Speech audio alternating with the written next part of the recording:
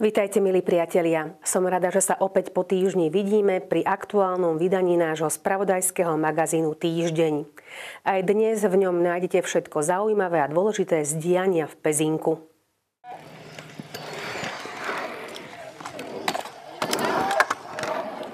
Pumptracková dráha vybudovaná v areáli hokejbalového ihriska na Fajgalskej ceste bola v polovici februára po kolaudácii odovzdaná do užívania.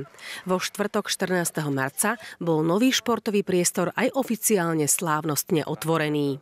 Nech to funguje. Všetkým vám srdečne ďakujem. Opäť sa ukázalo, že keď ľudia hľadajú cestu, tak sa nájde. Z MIRI, z BSK, s Mestským úradom sa dokázal urobiť projekt, ktorý je fantastický a urobil sa vo veľmi krátkom čase. Takže všetkým zúčastneným ďakujem. Táto lokalita už v minulosti bola naplánovaná pred rokom 2018. My sme oprašali tie projekty, dali sme ich do súladu s dnešnými technickými normami, zohnali sme peniaze na financovanie a v priebehu 12 mesiacov sme to aj zrealizovali. Ja síce tomuto športu nerozumiem, ale ho veľmi podporujem, pretože je to naozaj veľmi obľúbená infraštruktúra, ktorá vie v podstate vzniknúť kdekoľvek. Čiže je vysoko mestského charakteru, ale vie aj fungovať v prírode. Čiže je to asi moderný spôsob športovania, veď to aj vidíme, že aké to už teraz veľmi obľúbené a tak ako povedal Filip, je to spôsob, ako udržať aj svojich obyvateľov v zdravej kondícii. Novú pezínsku pumptrackovú dráhu si bol vyskúšať aj známy cyklista Pezinčan, momentálne žijúci v Rajeckých Tepliciach Filip Polc a taktiež člen jeho tímu úspešný mladý jazdec Tomi Miškolci.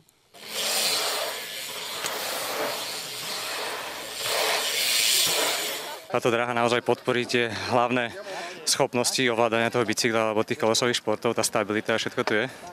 Takže som rád, že táto generácia vlastne ako keby dostala niečo takéto do daru a môže to využívať a už na nich, či sa im to zalúbi a potiahne ich to ďalej v inom športe alebo minimálne v tom cyklošporte, jak ja. Treba vyskúšať úplne každý, tam na veku absolútne nezáleží. Sú trojročné deti, čo to zvládajú a sú takí, že proste 70-tníci si dojdu zajazdiť, lebo chytia to, a keď ideš surfovať, proste cítiš tú vlnu a proste stále tá vlna posúva, tak je to zážitok proste. Jazdí sa mi tu úplne super, je to síce menšia trať, ale fakt, že rýchla, že sa mi tu super jazdí aj na tréning si myslím, že to bude do budúcna postačujúce. Tak bicyklovať som začal už ako úplne malé dieťa, vďaka Filipovi, ale pumptrack som začal jazdiť 2020, tam som bol na prvých pretekoch, ktoré som vyhral a odtedy ma to nejak začalo baviť až doteraz. Pumptracková dráha sa začala budovať v októbri 2023 a skolaudovaná bola v polovici februára tohto roka. Je 2 metre široká, 113 metrov dlhá s prevýšením 2,5 metra. Určená je nielen pre bicykle, ale aj kolobežky, skateboardy či kolieskové korčule. Tento projekt bol v celkovej výške 188 000 eur, pričom grant na tento projekt mesto získalo z Ministerstva investícií, regionálneho rozvoja a informatizácie Slovenskej republiky vo výške 168 000 eur. V rámci tohto areálu pumptrackovej dráhy sme okrem samotnej dráhy vybudovali aj spevnené plochy, altánok, mobiliár, lavičky, smetné koše, informačné tabule, boli tu osadené stojany na bicykle, ďalej tu máme osadený lodný kontajner na skladovanie materiálov prostriedkov na údržbu areálu a ďalej je tu osadený aj aerodefibrilátor ako miesto prvej pomoci.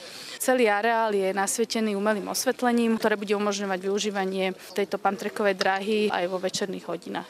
V areáli, kde sa nachádza nová pumptracková dráha, sa podarilo mestu vybudovať aj solárny prístrešok s nabíjacou stanicou pre elektrobicykle a elektrokolobežky. Na tento prístrešok sme získali dotáciu z Bratislavského kraja v rámci Bratislavskej regionálnej dotačnej schémy a výzvy na podporu životného prostredia a rozvoja vidieka. Celková hodnota prístrešku s nabíjačkou a s celým technologickým systémom bola 33 000 eur, pričom dotácia bola vo výške 15 000 eur. Prístrešok je už momentálne spustený v prevádzke, batérie sú osadené, umožňuje nabíjanie pomocou 6 portov, čiže 6 zariadení súčasne sa môže nabíjať. Energia zo solárnych panelov je akumulovaná v batériách s celkovým úložnou kapacitou 4 kW píky, takže prístrešok je vlastne funkčný takmer počas celého roku. Športový priestor by sa v tomto areáli mohol ešte rozrásť. Vedľa Pump-tracku je 600 metrov štvorcových voľnej plochy.